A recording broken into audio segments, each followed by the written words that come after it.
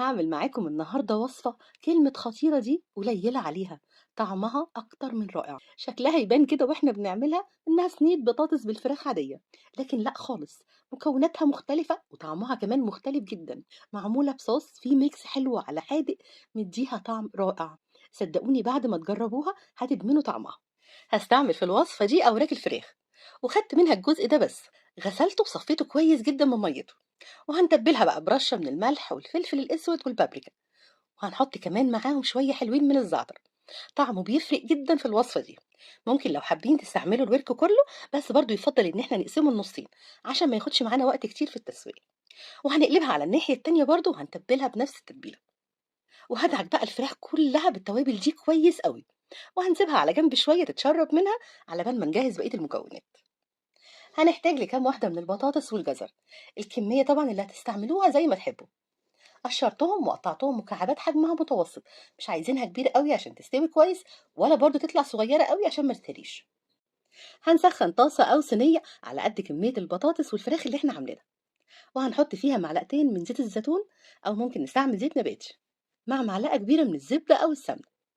هنسيبها تسيح وتسخن، وهنحط عليها الفراخ. النار هتكون معانا عالية عشان مش عايزين الفراخ تنزل ميتها، وهنسيبها من 3 ل 4 دقايق لحد ما نلاقيها اتحمرت. نقلبها على الناحية التانية ونسيبها برضو لحد ما تتحمر كويس قوي، وتبقى واخدة كلها اللون الحلو ده اللي هو الذهبي الغامق شوية. هنرفعها في طبق وهنسيبها على جنب شوية، وفي نفس الطاسة على نفس السمنة والزيت اللي موجودين هنحط بصلة متوسطة مفرومة فرم خشن، يعني بلاش تبقى ناعمة قوي، قطعوها بإيديكم هيبقى أحلى. وهنقلبها تقلبتين بس تتشوح على نار متوسطة، وهنحط عليهم البطاطس والجزر ونقلبهم كلهم مع بعض، ونتبلهم برشة من الملح والفلفل، ونخلي بالنا ان احنا متبلين الفراخ كويس فما نزودش الملح قوي. وهنسيب بقى المكونات دي كلها على نار متوسطة من 7 ل 8 دقايق، وكل شوية نقلبها تقليبة لحد ما نلاقيها قربت تدخل في السوا. وعلى بال ما البطاطس تتشوح براحتها هنفرم لها كام فص من التوم، لو فصوص التوم اللي معاكم كبيرة خدوا 4 أو 5 بس. وبرضه هنخلي التوم زي البصل كده مفروم فرم خشن مش ناعم قوي. وهنحتاج كمان لحزمة من البقدونس، هنشيل العروق بتاعتها وهناخد الورق بس وهنقطعه صغير. وهنلاقي البطاطس خلاص اتشوحت كويس، هنحط عليها بقى التوم والبقدونس ونقلبهم مع بعض دقيقتين بس، ريحة التوم الحلوة دي تطلع. ريحة التوم مع البقدونس وهم بيتشوحوا فظيعة جدا، يعني المكونات دي كلها مع بعضها مديها طعم حلو قوي للبطاطس. وهنرص عليها قطع الفراخ ونسيبهم بقى على جنب شوية ونجهز الصوص اللي هنحطه عليها. انتوا ممكن تعملوا الصوص في نفس الوقت اللي البطاطس بتتشوح فيه، فالاتنين يخلصوا مع بعض في وقت واحد.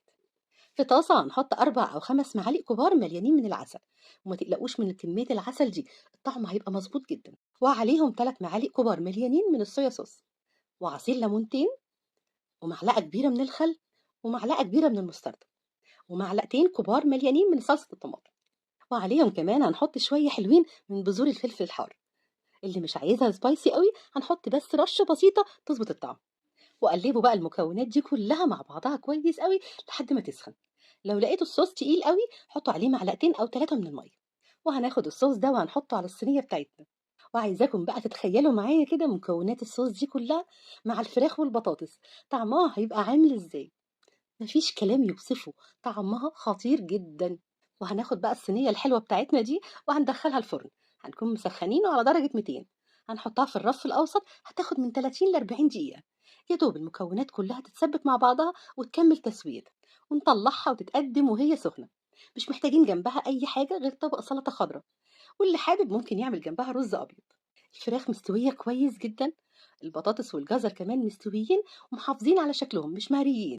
الصوص بقى اللي فيها ده طعمه رائع، جربوها ومتأكدة انها هتعجبكم جدا. وبألف هنا على قلوبكم مقدما. وإذا عجبكم الفيديو يا ريت تعملوا له لايك وشير وتفعلوا زر الجرس عشان يوصل ليكم إشعار بأي فيديو جديد هنزله. واشوفكم على خير.